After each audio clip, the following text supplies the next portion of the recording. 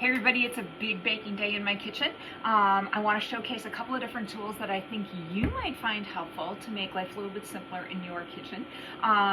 First off, one of the things I'm doing is I'm actually making Pampered Chef's caramel latte bread. But what I want to show you and what actually will make you care are the different tools that I'm using that you might find to be really, really helpful. So we've got a great new plastic large baking bowl for mixing. The tool, and I do like this because it's lightweight, it's easy to grab, you know, and honestly it's huge, so I can do a lot with it. But the thing I really care about is my whisk. It's got various different tines. They don't come to a single point. They're actually graduated, which means you can actually mix things way, way, way faster. All right, now this is our caramel latte bread. I made it with eggs, oil, and water. But you can do so many substitutions. You can swap out applesauce for the oil. You can add cinnamon to it. You can add chopped apples to it. You can put a streusel topping on it. And I'm actually going to walk you through a couple of those things. The other thing that I did is I added Pampered Chef's pea protein and super veggie to it. So believe it or not, there's a little bit of healthy in here. So each of those packets is a full serving of protein or a full serving of veggies. And yeah, it's spread across the 12 different little things we're going to be making. But you know what? Every little bit counts. It matters. You can make this as a regular loaf.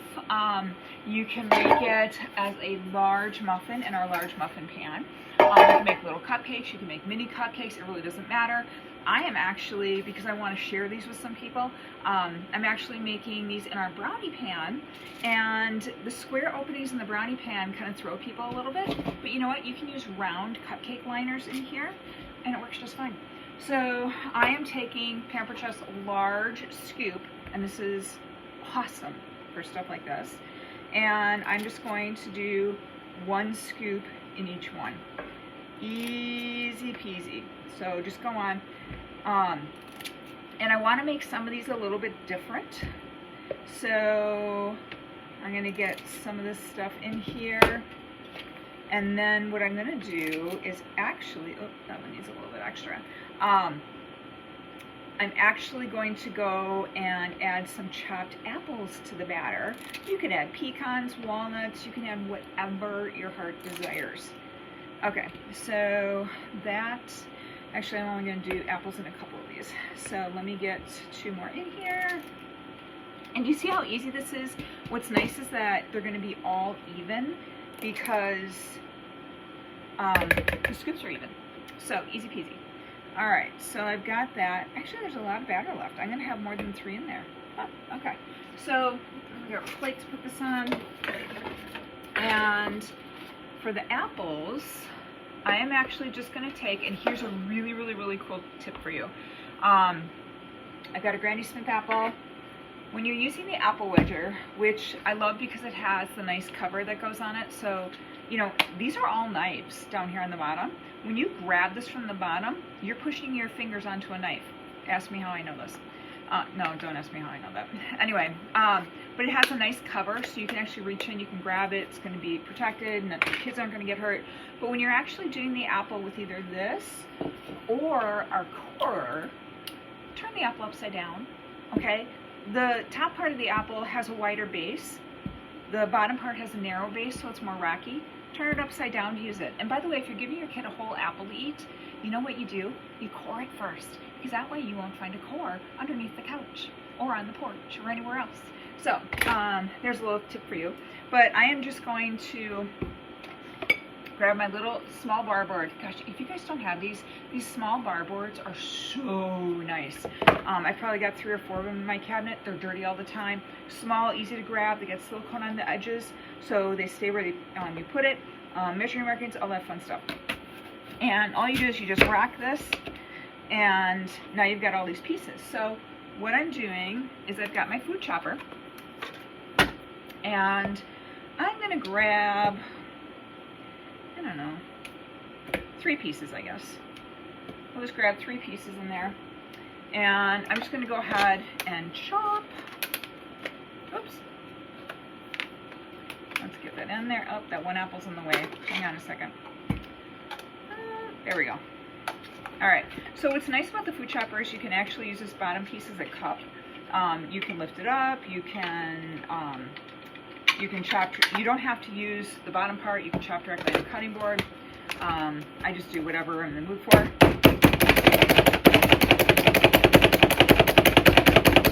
Alright, so I've got these finely chopped in seconds.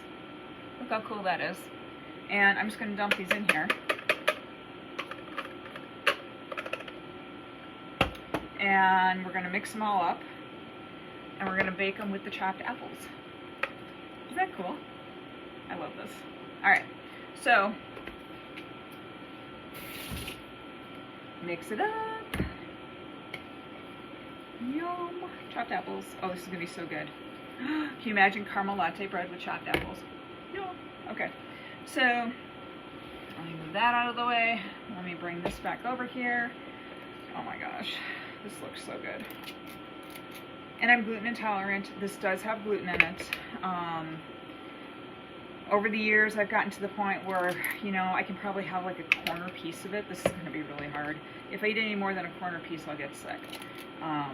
But my friends are really going to love me. So yeah, I'm just going to go ahead. I'm going to throw this in the oven for a whopping, 45 minutes. Actually, no, that's a loaf of bread. So these should probably take about 25 to 30 minutes. And poof, they will be done. So I'm very excited. The other thing I'm actually going to do to a couple of them is I actually made up a streusel mix because I'm also making apple crisp today. And I made a little bit of extra. Plus I grabbed some pecans. So I'm going to take a row of these, throw a few pecans in each one. And I could mix this in with the sugar, except for the fact that I don't want the pecans in my apple crisp. So I'm just going to do it this way. And then I'm just going to take this. This is a scoop of flour, about a cup and a half of brown sugar, a splash of vanilla, and a teaspoon of Pampered Chef's Korinji cinnamon. Oh my gosh. Okay. It's going to be really hard not to eat these.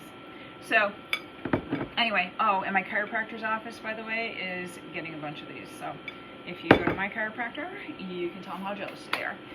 Anyway, so I'm going to be doing these. I'm going to showcase a bunch of other things later today. But you'll notice that the round cupcake liners have filled out once I put the batter in there, and they're now square. So how cool is that? But I'm going to be doing videos for apple crisp. I'm going to show you how to use the apple peeler for a slicer. I actually was using it last night, and I did up 3 apples, and I froze them. Do you guys know you can freeze apples? You can cut up the apples. I just threw them in this container because I didn't want to use them last night. I was doing a demo. Put them in there. I'm good to go, and I can just thaw them and I can bake with them, and they will taste fabulous. I've done this my entire life. My mom taught me how to do this when I was a little girl. So let me know if y'all have any other questions. And I wish you could have a taste of vision or a smell of vision of my kitchen right now, but that doesn't work that way. Hopefully if you're up for a home party and you're local to me, we can do something this fall, and maybe we can make the caramel latte bread. Anyway, hope you're all having a great day. I'll be back later. Bye-bye.